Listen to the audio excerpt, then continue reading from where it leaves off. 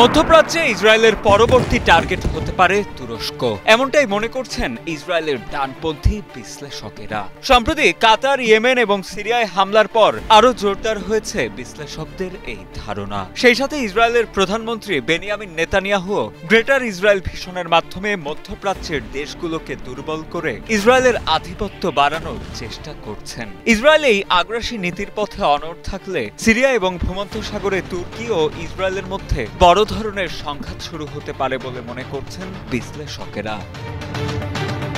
২১ September কাতার ভিত্তিক সংবাদ মাধ্যম আল জাজিরায় প্রকাশিত এক অনুসন্ধানী প্রতিবেদনে উঠে আসে এসব তথ্য। সেই প্রতিবেদনে তুলে ধরা হয় কিভাবে ইসরায়েলের আগ্রাসী নীতি মধ্যপ্রাচ্যে একটি নতুন সংঘাতের জন্ম দিতে পারে এবং ইসরায়েল এ অঞ্চলের একমাত্র প্রভাবশালী শক্তি হতে চায়, যা তুর্কির আঞ্চলিক স্থিতিশীলতার নীতির সঙ্গে সরাসরি সাংঘর্ষিক। যেমন তুরস্ক একটি শক্তিশালী ও স্থিতিশীল সিরিয়া চায়, আর ইসরায়েল চায় একটি দুর্বল ও বিভক্ত সিরিয়া। এ কারণেই তুরস্ককে ইসরায়েলের পরবর্তী লক্ষ্য হিসেবে দেখা হচ্ছে।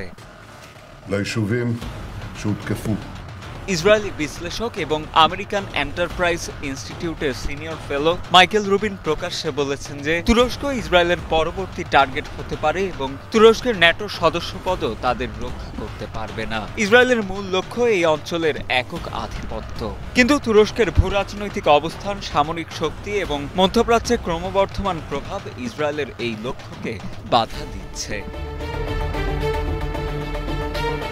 ইসরায়েলের মূল কৌশলগত লক্ষ্য হল মধ্যপ্রাচ্যে একক আধিপত্য প্রতিষ্ঠা করা। এ কারণে তারা সিরিয়াকে বিভক্ত ও দুর্বল দেখতে চায়, যা তুরস্কের শক্তিশালী ও কেন্দ্রীভূত সিরিয়া নীতির সম্পূর্ণ বিপরীত। পাশাপাশি ভূমধ্যসাগরে ইসরায়েলের সামরিক উপস্থিতি বাড়িয়ে তুরস্কের সামরিক কৌশলকে ঘিরে ফেলারও চেষ্টা করছে তারা। ইসরায়েল সরাসরি হামলা না চালালেও প্রক্সি ও গোপন কর্মকাণ্ডের মাধ্যমে নিজেদের উদ্দেশ্য প্রকাশ করছে। যেমন তুরস্ক যখন সিরিয়ায় সামরিক ঘাঁটি করতে যাচ্ছিল, তখন ইসরায়েল সেখানে বিমান হামলা চালিয়েছিল।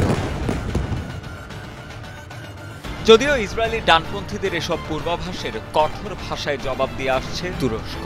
ইসরায়েলের আগ্রাসী নীতির বিরুদ্ধে দেশটি কঠোর অবস্থানে রয়েছে। কয়েক মাস আগেও দেশটির প্রেসিডেন্ট রিসেপ তাইয়েপ এরদোয়ানের এক উপদেষ্টা ইসরায়েলকে মানচিত্র থেকে মুছে দেওয়ার হুমকি দেন। সামরিকভাবেও তুরস্ক নিজেদের প্রতিরক্ষা ব্যবস্থা জোরদার করছে এবং বিমান প্রতিরক্ষা ও গোয়েন্দা সক্ষমতা বাড়াচ্ছে। এছাড়া তুরস্ক কাতার, জর্ডান এবং ইরাকের মতো আঞ্চলিক দেশগুলোর সঙ্গেও জোট গঠন করছে, যাতে তারা যৌথভাবে যে কোনো ধরনের পরিস্থিতি মোকাবিলা করতে পারে।